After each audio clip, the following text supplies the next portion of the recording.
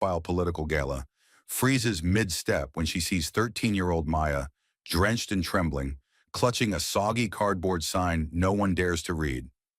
What begins with a gentle question, "Are you okay?" spirals into a gripping three-day fight to save a dying dog and protect the only thing Maya has left, hope.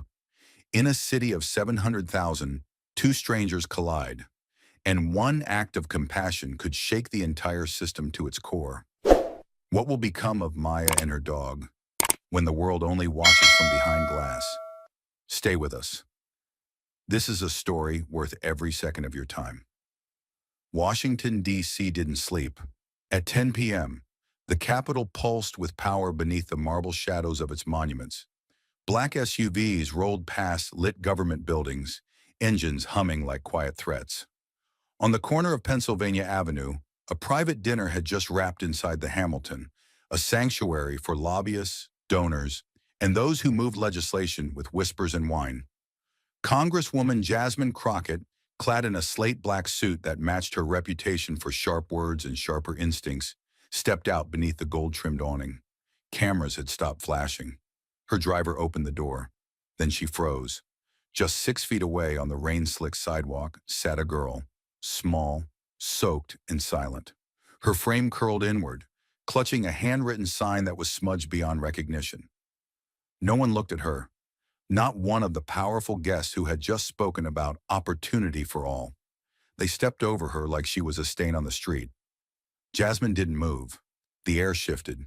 There was something unbearable in the girl's posture. Not just cold or hunger, but resignation, like she'd already accepted the world had no use for her. A passing couple tightened their coats and sped up their steps. One man muttered, "Another one," as if homeless children were weeds on the Capitol lawn. Jasmine's heart pounded, but not from fear. It was rage. This city spent billions on optics, while this child sat invisible outside a building serving $300 steaks. And still, the girl didn't beg. She didn't even raise her eyes until Jasmine stepped closer. In that one glance, Jasmine saw everything: exhaustion, loss, defiance. It was the look of someone too young to give up but too battered to believe. She knelt slowly, ignoring her silk pants and the rain-soaked pavement. "Are you okay?" she asked, her voice calm but firm, like a hand reaching into a fire, unsure if she'd pull out ash or a flicker of something still alive. And in that exact moment, surrounded by men in $1,000 suits and women wrapped in silk and influence, Jasmine Crockett, battle-hardened from the halls of Congress, chose not to move up the ladder of power, but to step down into the rain, into the silence, into the story no one else dared to notice. The girl didn't speak, not right away. Her shoulders trembled beneath her damp hoodie, not from cold, but from the weight of something she was clearly carrying alone. She glanced at Jasmine, then quickly looked away, as if ashamed to have been seen. The street behind them throbbed with life, headlights streaking past, snippets of laughter from drunk lobbyists down the block, a siren howling somewhere in the distance. But here, on this sliver of wet concrete, everything had slowed. Jasmine crouched lower, still meeting the girl's eye level, her breath rising in steady puffs against the night air. Finally, after an excruciating pause, the girl's lips parted. Her voice was paper-thin, dry and trembling. "I need help, but I can't say it out here." Her eyes weren't scared. They were calculating, watching, measuring. Not if Jasmine was safe, but whether the world she represented could be trusted with truth. Jasmine recognized that look. It was the same one she'd worn the night she stood up to a system that told her to sit down. This wasn't a child begging. This was someone resisting surrender. Without a word, Jasmine extended her hand. Not a politician's handshake, a gesture of quiet urgency, the kind you only offer when you know the next few minutes might matter for the rest of someone's life. The girl hesitated, then nodded faintly, took Jasmine's hand with a grip firmer than expected, and rose. They walked in silence past empty storefronts and flickering neon, the city towering over them like it didn't care who lived or died on its sidewalks.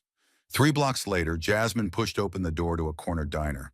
Low ceilings, scratched booths, the smell of burnt coffee and old secrets. The heater buzzed overhead like a broken promise. but it was warmer than outside. The waitress raised an eyebrow, but said nothing when Jasmine gestured for the back corner. They slid into a booth with cracked red vinyl seats. Jasmine removed her coat but kept her tone quiet and direct. Let's start simple. What's your name? The girl didn't answer. She just stared at the salt shaker, as if it might offer advice. Jasmine watched her carefully. This wasn't shyness. It was defense, like someone who'd told the truth before and been punished for it. The silence stretched. Finally, Jasmine softened her voice, not to coax, but to level the field. You said you didn't run away to hide, she said. You said you ran to save someone. The girl's fingers tightened around the edge of the table. She looked up. No more wavering. Yeah, she said, but he's not who you think. Jasmine leaned in, her voice barely above a breath. Then tell me. The girl drew a slow inhale. Her voice didn't shake this time. I ran to save my little brother, she said, and then paused. But he's not human. Jasmine didn't flinch, but something deep inside her stilled. The girl's words weren't just a twist. They were a wound, freshly reopened. And Jasmine, who had faced senators, billionaires, and the brutality of televised hearings, suddenly found herself face to face with something far more disarming. Quiet, lived truth. The girl lowered her gaze, her fingers tracing invisible patterns on the vinyl table, as if trying to summon the courage to unearth something she had long buried beneath silence. His name's Toby, she said, the syllables falling out like a secret too heavy to hold any longer. He's my dog, my brother, my last anything. Jasmine didn't interrupt. She recognized the cadence, not just of grief, but of restraint. This wasn't a story the girl told often. It was one she had held tight, clutched to her chest like a photo you reread until the ink fades. He came on my 7th birthday, the girl continued, right after dinner. It was snowing a little outside, not much, just enough that everything looked silver. Her voice turned almost dreamlike, distant, like she was narrating someone else's life. We'd just gotten home. My dad told me to open the front door, and there he was, shivering, wet, just waiting. This scrawny black and white puppy with the biggest ears I'd ever seen. My mom wrapped him in her coat and said, "Looks like he picked you, birthday girl." She paused, eyes blinking hard but refusing to let tears fall. Jasmine could feel the weight in the air now, thick, like humidity before a thunderclap. They called him a miracle, a sign. My mom believed in stuff like that, meant to be moments. Toby was one of them.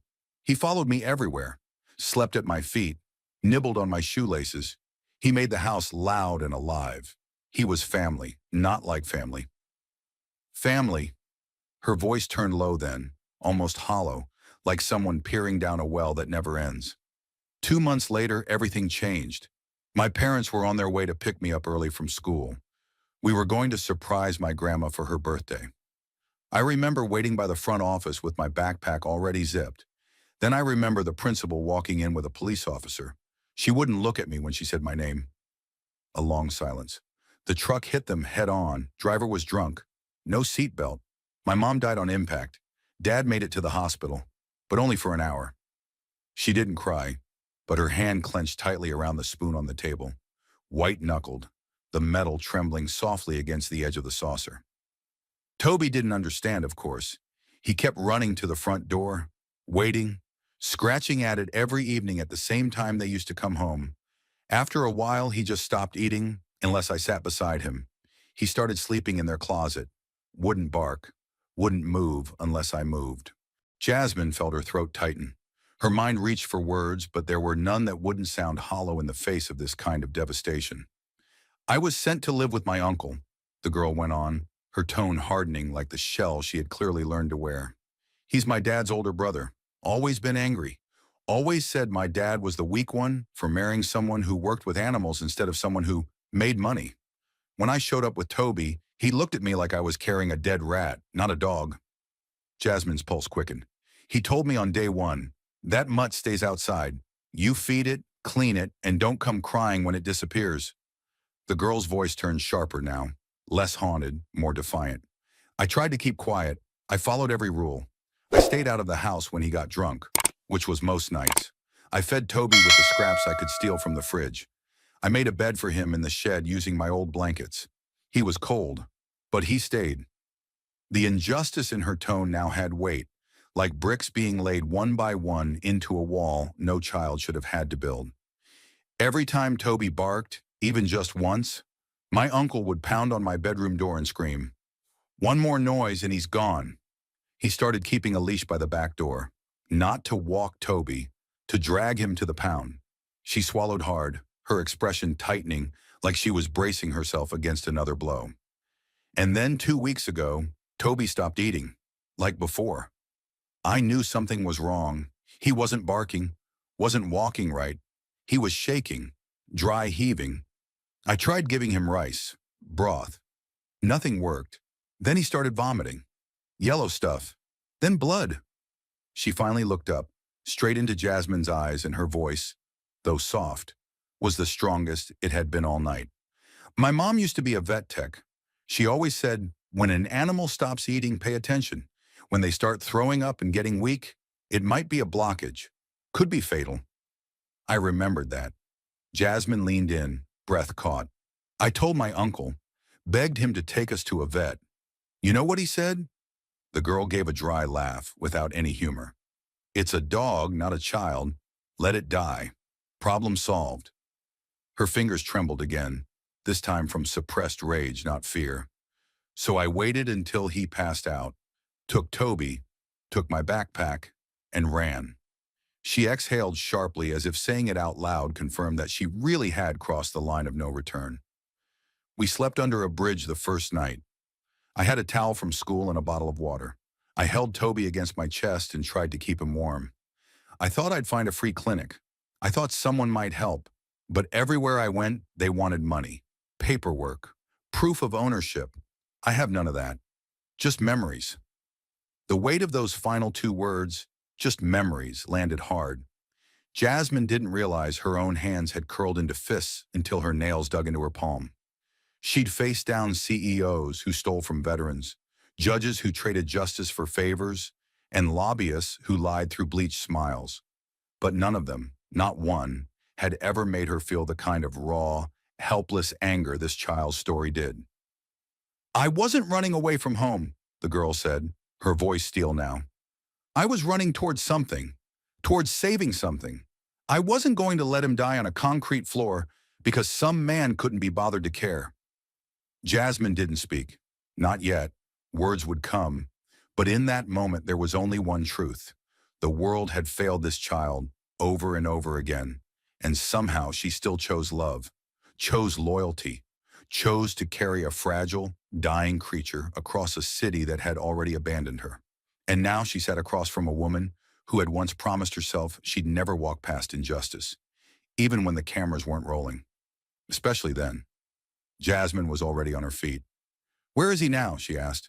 The girl rose too, fast and focused. Not far, 5 blocks. I didn't know where else to take him. I found a dry spot behind a mechanic shop. I wrapped him in my hoodie, gave him the last of the water. They moved through the cold like shadows, Jasmine leading with long, determined strides, the girl guiding her with a child's desperate compass. The city didn't care. Its neon lights blinked indifferently. A bus whooshed by, showering them in a fine mist. Somewhere nearby, a man shouted into a phone. None of it mattered. Behind a dumpster, in the filth and forgotten corners of the nation's capital, lay a creature barely hanging on to breath. Toby. His frame was curled tightly, as if trying to disappear into himself. His ribs were visible through thinning fur. His eyes fluttered open and closed, slow and sluggish. A wet cough rattled his chest. Jasmine knelt slowly, setting her coat beneath him. She touched his side gently. It was hot, taut, and quivering. He's in crisis, she muttered. He won't last the night. The girl crouched beside her, arms wrapped around herself like armor against the cold and everything worse. I didn't know what else to do, she said, voice cracking for the first time. I tried. I fed him from my hand. I warmed him with my body.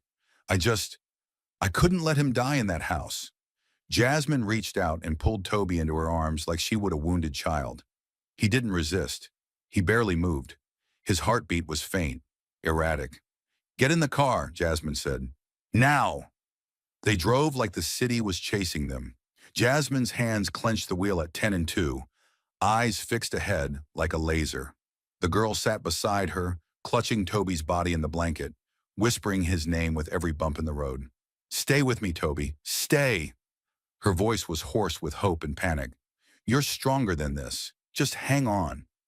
The veterinary emergency clinic loomed ahead, an aging building with a flickering sign and too much silence. Jasmine didn't wait for instructions. She kicked the car door open, marched into the lobby with Toby cradled like a newborn, and slammed her congressional ID down on the counter. "He needs surgery," she said, voice like steel. "Now!" The receptionist blinked in stunned silence. Jasmine didn't wait for her to respond. "This dog is dying. Internal obstruction, probable sepsis. And if you make us wait for intake paperwork or a deposit, I'll shut this entire place down by morning." The words weren't a threat. They were a verdict, a promise made from the depths of a woman who had built her career dismantling the machinery of neglect. Behind the desk, a vet tech rushed to the door. "Bring him!" she shouted toward the rear hallway. Two more techs appeared, rolling a gurney. Jasmine laid Toby gently across it. "Careful, his abdomen is rigid. He's slipping fast." They rushed the gurney down the corridor. The doors flung shut behind them. The girl stood motionless in the center of the lobby, arms still curved around the air where Toby had been just moments ago. "I don't know if I waited too long," she said quietly. Jasmine turned to her, placed a hand on her shoulder. Not soft, not coddling, but firm, resolute. "You didn't wait," she said. "You acted, when no one else would." The girl blinked, but she didn't speak.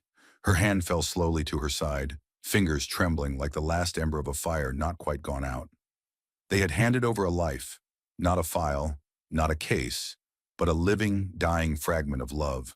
And now, as the doors swung shut behind the veterinary team, the weight became unbearable. And when the vet finally returned, the look on his face told them everything. The clock had already started ticking. He walked out wearing gloves still streaked with iodine and urgency, his scrub top damp at the chest. There was no clipboard smile, no pause to soften the truth. "The dog's in bad shape," he said, voice flat but heavy. "There's a hard obstruction in his intestine. Feels like plastic or cloth. He hasn't passed anything in at least 48 hours, maybe longer. He's severely dehydrated. His body's starting to shut down." The girl stood like a statue, gripping the edge of the reception desk as if it were the last stable surface in a world tilting around her. "Is he going to die?" she asked, her voice barely audible, almost apologizing for the question. The vet exhaled slowly, but his words were brutal. "If we don't operate immediately, yes."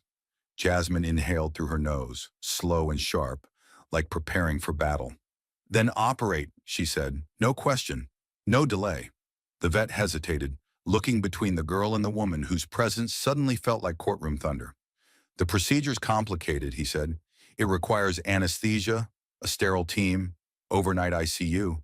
It's going to run into the thousands." Jasmine stepped forward, her voice rising, not in volume, but in force. "And?" The man blinked. "Well, most families. There's usually a payment discussion before." Jasmine cut him off with a single slicing sentence. "You're not going to let a child watch the last thing she loves bleed out over a billing form." The silence after that was nuclear. Even the receptionist, who had been typing something without purpose, froze mid-keystroke. "I'll cover the cost," Jasmine continued, her tone hard enough to crack marble. "Run the surgery. Bill me. I don't care what it takes. Save him." The girl's mouth fell open, but no words came out. Her hand hovered in the air, as if reaching for something she never believed existed. Intervention, mercy, hope. Jasmine didn't look at her. She didn't have to. Her focus was on the vet now, like a lawyer locking in on a judge. That dog is family. That child is not disposable. And if you delay one more minute talking about numbers, I'll ensure your license is reviewed by morning." The vet didn't argue. He gave a single curt nod and turned sharply on his heel, calling out for prep, anesthesia, saline. The door swung open. The gurney rolled through, the curtain dropped behind it, And just like that, the fight for Toby's life had begun. The gurney disappeared through swinging doors, swallowing the fragile life they'd fought to protect. In its wake, only silence remained, until the girl sank into a plastic chair, her arms curled around the empty blanket, like it still held the heartbeat of someone she couldn't afford to lose. She didn't speak for a long time, just sat there, head bowed, staring at the floor like it might open and swallow her whole. But then, in a voice that barely cracked the hum of the fluorescent lights, she said, "My mom used to work in a place like this." Jasmine turned slightly, listening, not pressing, just present. The girl's hands tightened around the fabric in her lap. She wasn't a vet. She never had the money for school. But she was a tech. Night shifts, weekends, holidays. She knew how to calm animals with just her hands, like magic. Her throat hitched, but she kept going, her words rolling out like a dam finally breaking. She'd bring me along sometimes, quietly. I'd sit in the back, watch her clean wounds, hold dogs that were too scared to breathe. She used to whisper to them, said animals never pretend to hurt. They only pretend to be okay. That's why they need people who listen. She paused, her voice cracking on the next line. I keep thinking, if she were still here, Toby wouldn't be like this. I would have known what to do sooner. He wouldn't have suffered. Jasmine didn't interrupt. The girl's fist curled tighter. After she died, no one talked about her. Not my uncle. Not anyone. Like she'd been erased. I tried to remember what she taught me. I wrote it all down in a notebook. But I lost it when we left the house. I lost everything. Her chest heaved, but she refused to cry. I know I'm just a kid. I know no one's going to hand me anything. But I wanted to help. I wanted to save him. And I still might lose him anyway. Jasmine leaned forward, resting her elbows on her knees, eyes locked on the girl like nothing else existed in the world. You didn't lose her, she said. You carried her here, in your hands, in every decision you made when everyone else gave up. That's not failure. That's legacy. The girl looked up, and in her eyes was a kind of disbelief, hope twisted with fear. Jasmine's voice grew firmer. When I was your age, I didn't have much either. My mom cleaned offices at night. I used to sleep on the floor behind her mop cart because we couldn't afford a sitter. I wore the same shoes for 2 years, the same coat for 3. Kids made fun of me for how I smelled, for how I talked, for dreaming too loud. She took a breath, not to pause, but to steady the storm in her own chest. I told someone I wanted to be a lawyer. You know what they said? Girls like you don't win cases, you wait tables for the men who do. And when I said I wanted to be in Congress, they laughed like I'd told a joke that would never end. Jasmine leaned closer. Her voice didn't rise, but it deepened, sharpened, until each word struck like a gavel. But I didn't stop, because somewhere deep inside I knew that if I ever got power, I wouldn't use it to be above people. I'd use it to stand beside the ones who've been stepped over their entire lives. The girl stared at her. No more doubt, no more deflection, just silence carved with awe. I want to be a vet, she said suddenly, not whispered, declared. Like my mom, I want to help animals. I want to make it mean something. Her voice cracked again, but it didn't collapse. But I don't know if anyone will ever believe I can. Jasmine nodded slowly. You don't need everyone to believe, she said. You just need one person to start. She placed her hand gently over the girl's. And I do. The girl didn't answer. But the way she gripped Jasmine's hand, tightly, desperately, said everything she couldn't yet say out loud. The flicker of hope the girl had just begun to trust was snatched back into suspense as the doors burst open once more. This time, with the weight of life and death riding behind them. And Jasmine knew before the vet even spoke, something had shifted. The vet's face told half the story before his words even landed. Sweat beaded near his temples, and the urgency in his stride was sharpened now, refined into clinical finality. He's crashing, he said. Dehydration, fever. His oxygen dropped twice while we stabilized him. The girl froze in her seat, her knuckles turning white against the armrest. He's barely strong enough for surgery, the vet continued. If we wait, he dies. But if we take him in now, there's a chance his heart won't make it past the incision. Jasmine stood, calm but electrified. You said chance, she said. The vet nodded. Yes, it's a razor's edge, and we need consent now. He held out the form like it was a weapon and a prayer in one. This waives our liability, he said. Surgery is high risk. He could arrest, bleed out. We won't have time to call you if that happens. Once he's under, it's all in the hands of the table. The girl looked up at Jasmine, her lips trembling but locked tight, like any sound would collapse her. Jasmine met the vet's eyes, and her voice when it came was as unwavering as steel being forged. Where do I sign? The clipboard hit the counter. The pen slid across without a word. Jasmine signed not with desperation, but with purpose. Her name etched across the paper like a final wall between the girl and another unbearable loss. As she handed it back, the girl reached out and took her hand, not with the fragility of a child, but the intensity of someone hanging off a ledge with no harness. Jasmine didn't flinch. She squeezed back. He's not going down without a fight, she said softly, not as comfort, but as command. The vet turned without another word and disappeared through the swinging metal doors, which closed behind him with a sound that felt too final, too loud, and then came the wait. Not the kind padded by music or distractions, but the raw, oxygenless kind. The girl sat beside Jasmine, shoulders folded inward, eyes fixed on nothing. Every breath sounded too loud, too fast. The room was still, but her world was spinning. The hands of the clock on the far wall moved like a slow-motion pendulum, ticking in sync with her heartbeat, and each tick was a countdown she couldn't stop. A cough echoed down the hallway. A nurse passed through, didn't make eye contact. Jasmine stared ahead, unmoving, every fiber in her body alert, but calm, like the eye of a storm that refused to break. No one spoke. There was nothing to say. There was only time, and the impossible weight of waiting for it to end. Time had twisted itself into something cruel, each second heavier than the last, until the doors finally creaked open again, and the vet stepped out. This time he wasn't carrying fear.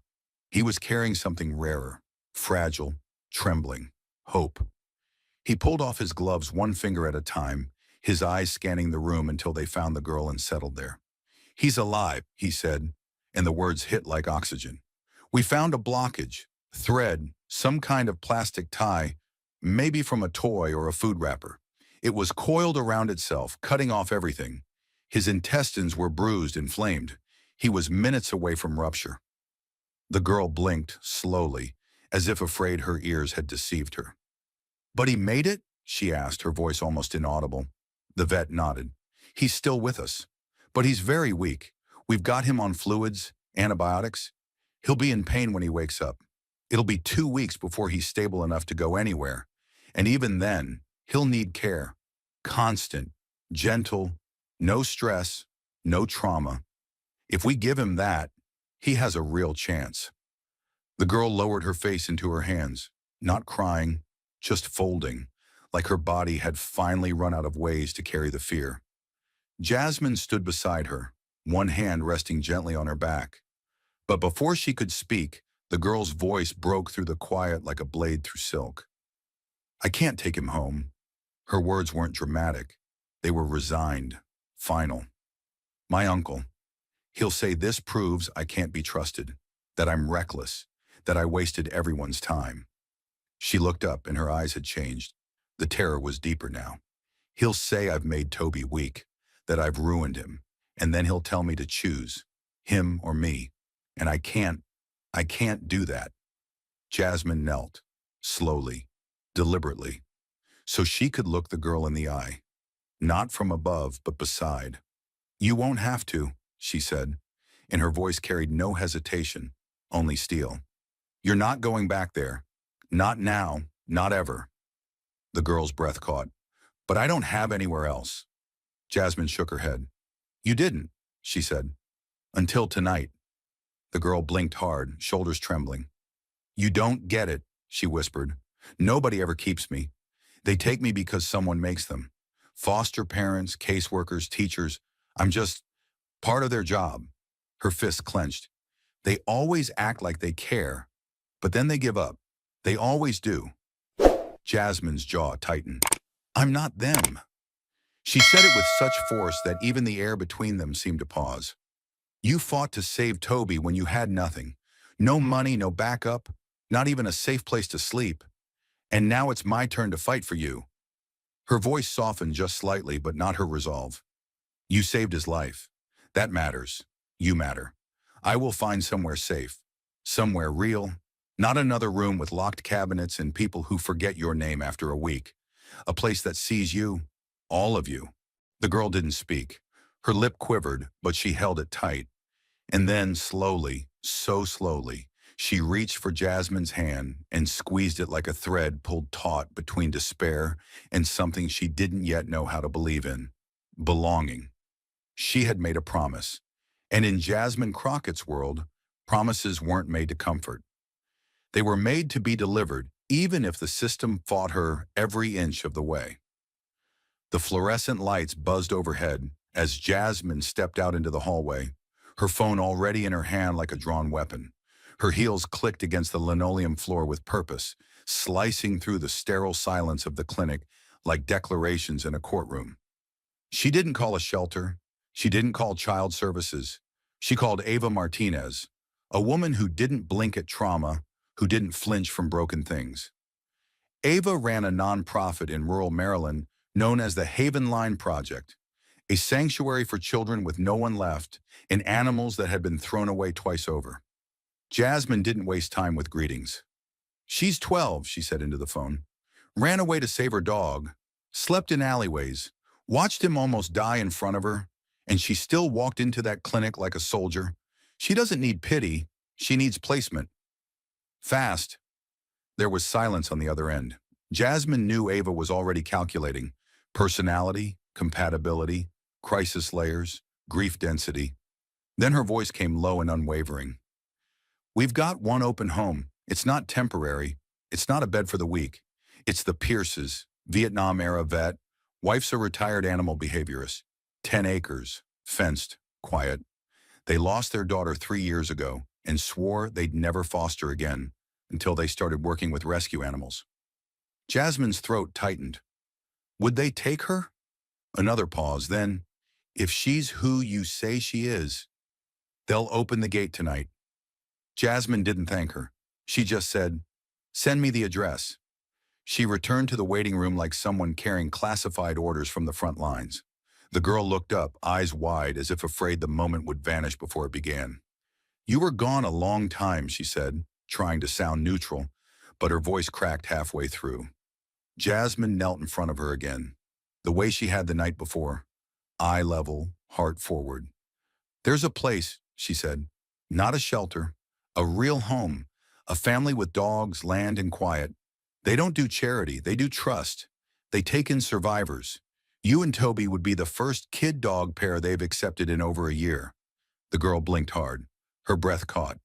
Will I have to explain everything again, she asked, voice trembling under the weight of 100 traumas. Jasmine shook her head slowly. Number, they already know enough. And what they don't, they'll let you share on your time. No files, no labels, just healing. The girl's hand reached for Jasmine's jacket, clutching it without looking. And Toby? She whispered. Jasmine answered with the weight of a judge's gavel. Where you go, he goes. That's the rule now.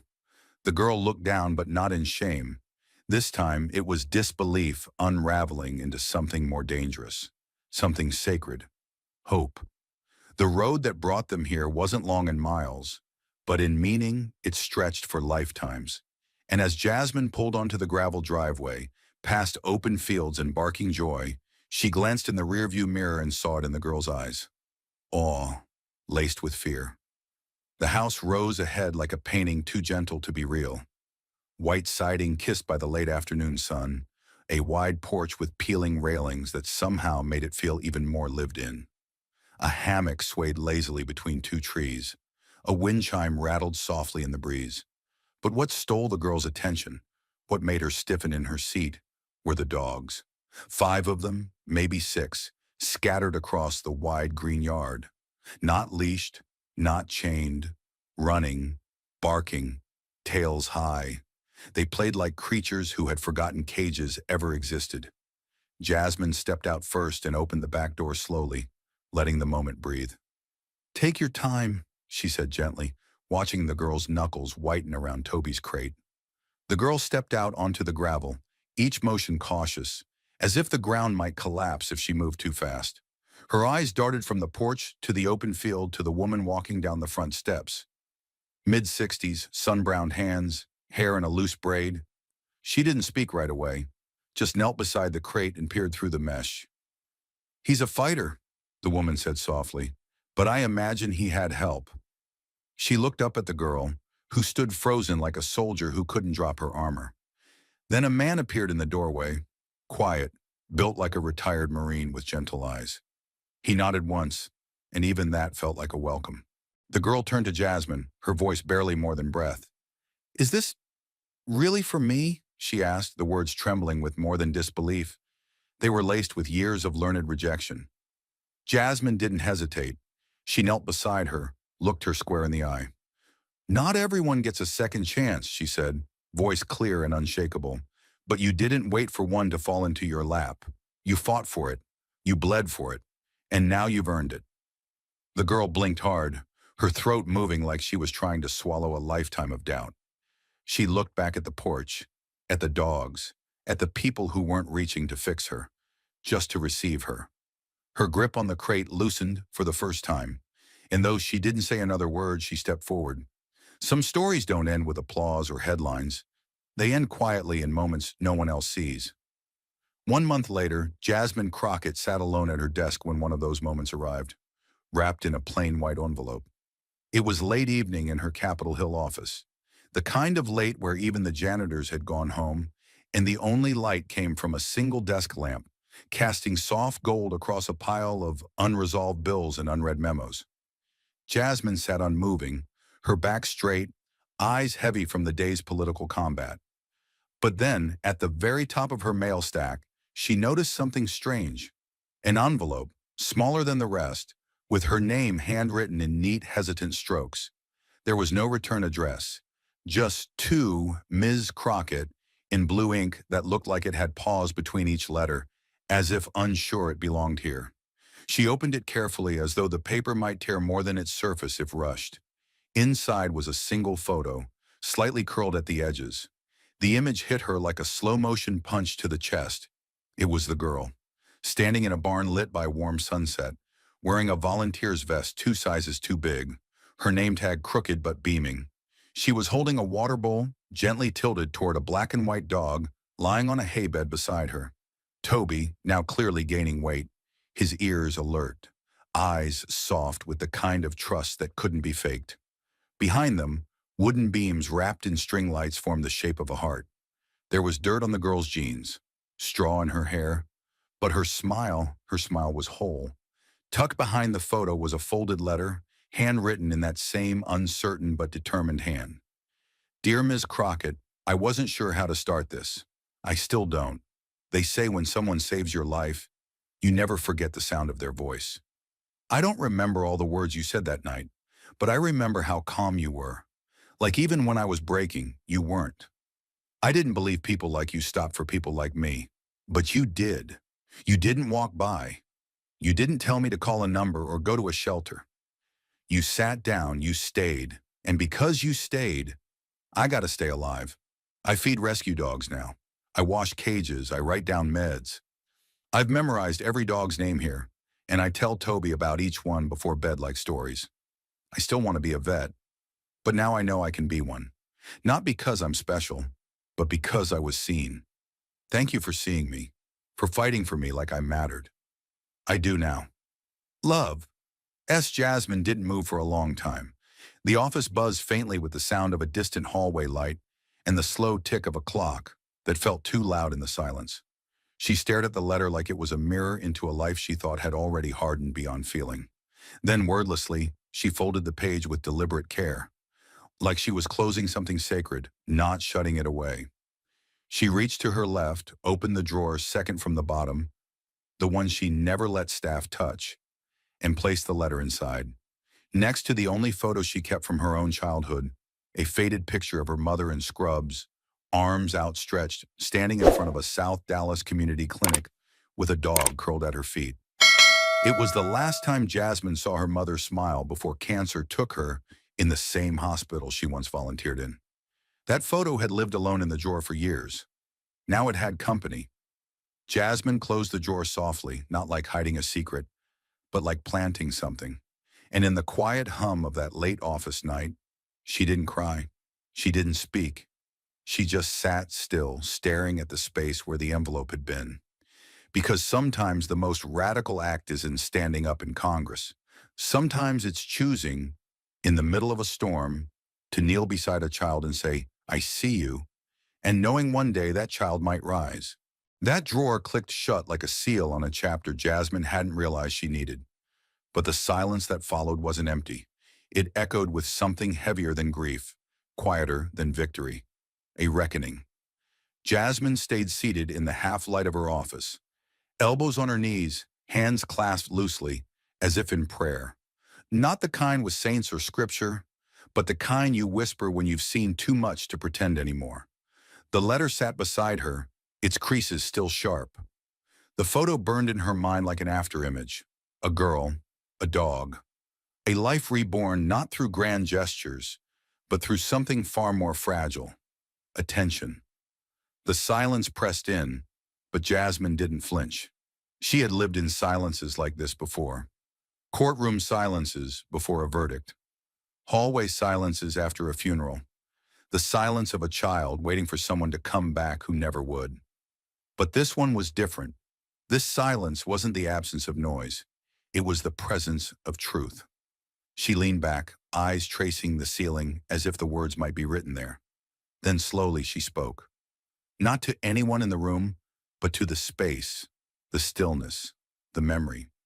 In a world where everybody's rushing to win, to post, to matter louder than the next, sometimes the bravest thing you can do is stop, she said quietly, her voice the rhythm of memory. Just stop and look and see someone. She stood and walked slowly to the window. Outside, D.C. glowed as it always did, urgent, indifferent. The Capitol dome stood like a monument to ideals far removed from the streets where children froze alone under broken streetlights. She pressed her palm against the cold glass. "I almost didn't," she murmured. "That night, I had a driver waiting, a dozen emails flashing red, a fundraiser to prepare for. And God knows I've walked by people before.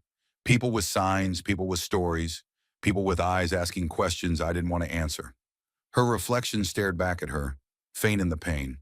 Older now, sharper, but not harder, not tonight. "I used to think you needed a title to make change," she said.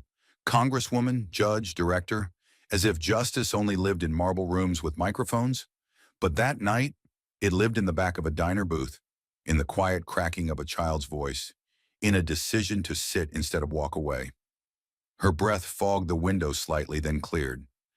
"She didn't ask me for much, just space, a few minutes. And when I gave that, everything else unfolded, like the world had been holding its breath, waiting for someone to care long enough to exhale." Jasmine turned from the window, walked back to her desk, and touched the drawer again. Not to open it, just to anchor herself in the weight of what it now held. "She reminded me," she whispered, "of myself, or who I could have become if someone hadn't stopped for me when I was a kid with more anger than answers." There was a long pause as she sat back down, eyes unfocused now, drifting somewhere between past and present. "How many people," she asked, not aloud but not silently either, "have I walked past? How many lives were quietly asking for help, and I never looked twice?" She closed her eyes and saw the girl again, hunched in the rain, arms wrapped around a soaked cardboard sign the night they met. She had looked like background, like tragedy too far gone to salvage, but she wasn't. She never was. "She was never invisible," Jasmine said, each word landing like a slow drumbeat. "We just trained ourselves not to see." She leaned back in her chair, exhaled deeply. Outside, a siren wailed and faded. The city kept moving. "How many moments like that do we miss?" she asked softly, voice lined with something between wonder and guilt. "All because we're 5 minutes late, or afraid of discomfort, Or convince someone else will stop instead? She looked around the office. The framed legislation, the awards, the flags, all the symbols of impact.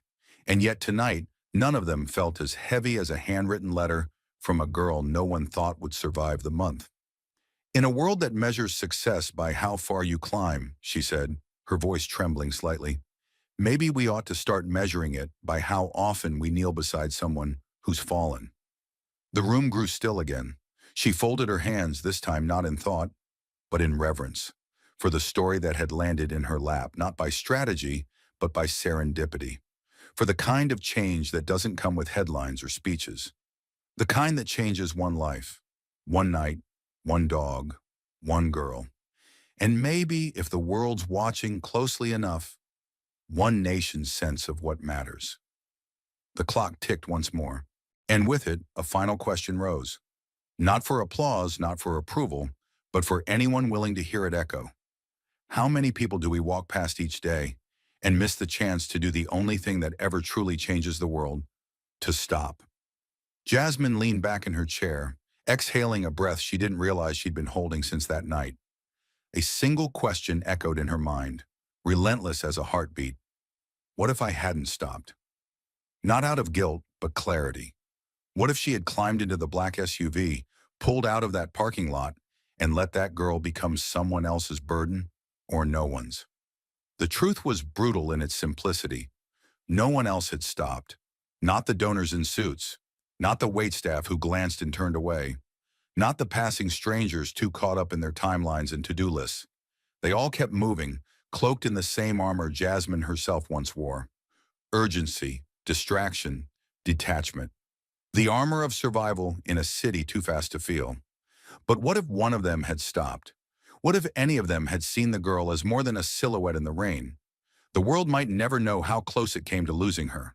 And Jasmine, who had stood her ground in courts and committees, felt a deeper truth settle in her gut. A truth sharper than any political betrayal. We don't fail because we can't help. We fail because we don't stop to notice who needs help in the first place. It wasn't the first time she'd seen suffering. Jasmine grew up watching her mother work double shifts as a hospital janitor, wiping floors beneath beds of people who never bothered to say thank you. Her mother never asked for recognition, but she asked her daughter one thing every night before Jasmine fell asleep. Did you pay attention today? Not just to what you want, but to who's hurting? Jasmine used to think it was a lesson in kindness. Now she knew. It was a warning. Because pain doesn't always scream. Sometimes it whispers. It walks quietly. It sits at the edge of sidewalks holding soaked cardboard signs. It answers, I'm fine, and when it's not. It dresses up as strength when it's really surrender. And if you're not looking, really looking, you'll miss it. Just like so many missed that girl. She remembered the girl's fingers wrapped around Toby's fur, as if letting go meant losing him forever. Remembered the way she sat at that diner, flinching at loud noises, scanning the room for exits like she'd had to memorize escape routes. That wasn't just trauma. That was survival. And Jasmine remembered what the girl said, almost too quietly to hear. I didn't think people like you stop for people like me. That sentence shattered her more than any courtroom defeat ever had. It made Jasmine question everything. Her campaigns, her slogans, her speeches. She had always fought for justice, but maybe she had forgotten the smallest battlefield, the sidewalk. Maybe she had been so focused on systemic change that she'd forgotten personal intervention was its root. One girl, one dog, one decision. That was the lesson, and it didn't end at that diner, or the vet, or the photo in the envelope. It followed Jasmine into every room now. It whispered at every committee hearing. It pulsed behind every headline. Every time she heard a colleague refer to the homeless problem or kids in the system, she didn't hear statistics anymore. She saw her. She saw the night someone almost walked past the story that changed everything. The injustice, Jasmine realized, was never just the cruelty people inflicted. It was the ease with which others watched and moved on. The indifference, the polite avoidance, the ability to look suffering in the face and call it not my business. But it was her business. It was everyone's business. Because in a world this interconnected, there's no such thing as someone else's problem. There's only what we choose to notice and what we pretend not to. Jasmine's hands curled around the letter again. It smelled faintly of dog fur and lemon soap. She wondered how long the girl had stared at the blank page before finding the courage to write. She wondered what it took for someone who had been discarded to believe their words mattered. And she thought of Toby, the dog who refused to eat unless someone sat beside him, who waited at the door long after his people were gone, who bore his own kind of grief, silent and sacred. It made her wonder, how many Tobys were out there now? How many kids clutching leashes to memories, trying to protect what little they had left? More than she could count. More than anyone wanted to admit. But numbers didn't matter. Moments did. Jasmine stood up slowly, placing the photo and letter gently into the top drawer of her desk, next to the only other item she kept there. A faded photo of her mother, smiling in scrubs outside the hospital, holding a lunchbox in one hand and a stack of patient charts in the other. That woman taught her to listen, to slow down, to see. And tonight, Jasmine made herself a new promise. Not political, not performative, a personal one. Never walk past again. She walked to the window, cracked it open, and let the cold air bite. It reminded her of that night, the slick street, the trembling girl, the silence heavy with unsaid things. She thought about how close that story had come to ending differently. And then, for the first time in a long time, Jasmine Crockett cried. Not because she was sad, but because she finally understood the most terrifying truth of all. We are the answer to each other's pain. No law, no government, just us, stopping, asking, staying. And in that truth, sharp, inconvenient, and beautiful, Jasmine found her clearest mission yet, to fight not just for the unheard, but for the unseen. Because sometimes the greatest revolution is simply refusing to keep walking. She stands at the window with the city glittering beneath her, like a constellation of unfinished stories. And in the humming quiet, Jasmine Crockett feels the letter's weight convert into fuel, realizing that the line between ordinary routine and extraordinary rescue is only ever a heartbeat long, which means every person who hurries past suffering is choosing, consciously or not, to let a life unravel. So in this lingering breath, she resolves to turn memory into marching orders for anyone who will listen. We live in an age where convenience is a narcotic, where algorithms curate our compassion and headlines speed date our outrage, where a child can shiver on a curb outside a five-star restaurant while million-dollar cars glide by on silent electric engines, where a veteran panhandles beneath a 20-story ad for luxury condos, where a dog's cries echo behind a boarded garage as crates of fresh groceries roll past. And the true obscenity isn't poverty or pain, but the practiced indifference we polish into normalcy every single day. So hear this. The revolution begins not with podiums or polls, but with presence. Because stopping for one frightened girl and her dying dog carved a fault line through the inertia of an entire metropolis. Jasmine's simple question, "Are you okay?" became a battering ram against centuries of "not my problem," proving a brief pause can swing wider doors than any speech delivered to a room already convinced. Imagine right now the unseen theater of desperation unfolding beyond the glow of your phone. A runaway teen counting coins beneath a flickering lamppost. A trafficked child staring through a motel window at people who might be heroes if they only noticed. A battered woman rehearsing excuses while she hides bruises in a public restroom. An immigrant day laborer collapsing from heat beside the highway. A stray with ribs like xylophone bars chasing after a car that will never stop. Each scene waiting for a single witness bold enough to trespass against indifference. You do not need a badge, a budget line, or a blue-check profile to intervene. You need only the audacity to let compassion disrupt your schedule. Because every hierarchy that excuses apathy, class, race, politics, fatigue, crumbles the moment one person refuses to treat another human life as background scenery. And if Jasmine could leverage a rain-soaked moment into a lifetime of possibility for a stranger, then the rest of us have no defense for our silence. Think of the arithmetic of avoidance. Every time you ignore a trembling hand, the cost compounds. Emergency rooms overflow, shelters buckle, prisons swell, headlines harden, innocence curdles into violence. Democracy erodes one unseen citizen at a time until the bill comes due in blood, and we wonder how the nightmare started when the answer was stitched into the small choices we justified as too busy. So the mandate is disarmingly simple. Pause, look, ask, stay. Let your feet halt instead of hurry. Let your eyes meet the ones society teaches you to avoid. Let your voice become a bridge rather than a barrier. And if fear whispers, you'll be dragged into chaos. Remember that chaos is already here, stalking the ignored corners of every city, and the only antidote is deliberate, inconvenient kindness. Because when you stop, you ignite a chain reaction. The girl survives, the dog heals, the foster family discovers purpose, the nonprofit gains momentum, lawmakers glimpse humanity beyond statistics, a neighborhood witnesses redemption in real time, and somewhere down that line, another passerby decides they too will intervene, turning a single act into a widening current powerful enough to erode the bedrock of systemic neglect. Let this be your directive.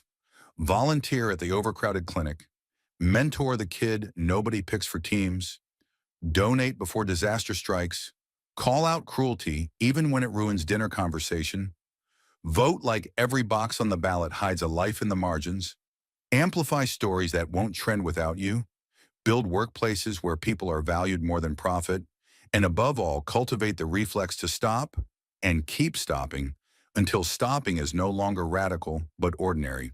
So the next time the world blurs by in a rush of deadlines, earbuds, and glowing screens, remember the girl who found a future because one stranger refused to walk past.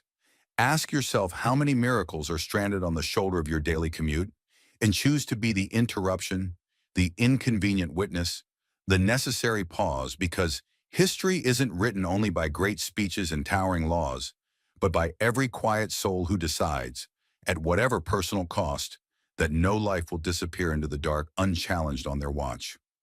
Resolve alone is a silent oath. Action is the roar that makes it real. Jasmine knows the roar must come from all of us, so hear this, and let it punch through your chest like a starter's pistol. Imagine a single downtown sidewalk at dawn. Commuters speed walking past a boy, cradling a shivering dog beneath a flickering street lamp. In that instant, you decide comfort can wait. You crouch, you ask, you listen, and the world's axis shifts because you refuse to treat a living crisis as scenery. Cruelty's favorite weapon is convenience. We scroll tragedies, mute sirens, step over cardboard pleas, then excuse ourselves with busyness while injustice fattens on our hurry. Yet every overlooked life is a deferred catastrophe that will boomerang as crowded ERs, colder prisons, angrier streets.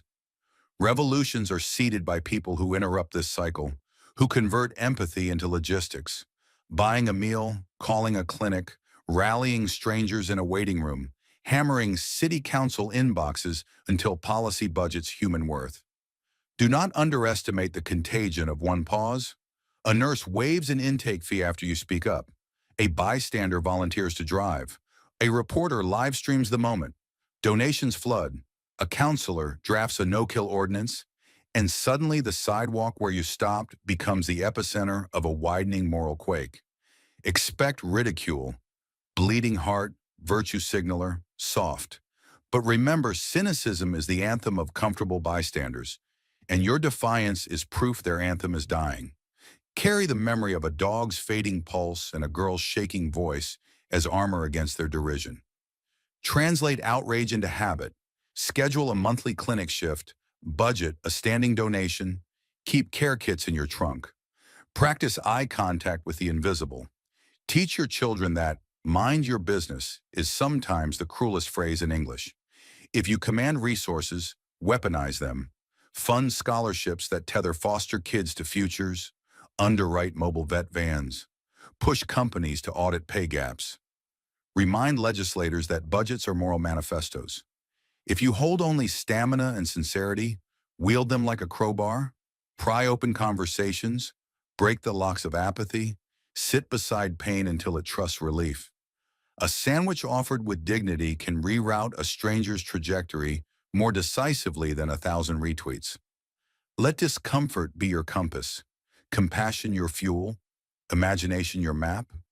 Envision cities where bus stop ads match volunteers to real-time needs, where zoning laws bake kindness into blueprints, where school graduations require a year of service so that knowledge and empathy graduate together. You are the hinge between indifference and intervention, the thin red thread keeping another life from unraveling. And history will not remember how many errands you ran on schedule.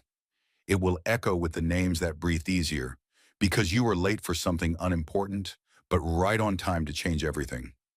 Thank you for watching until this moment and for standing with us on this journey for justice. Your support means everything. Like, subscribe, and turn on notifications so you never miss what's next. And we'd love to hear your thoughts. Leave a comment below and let us know what moved you most in this story. Together, our voices make a difference.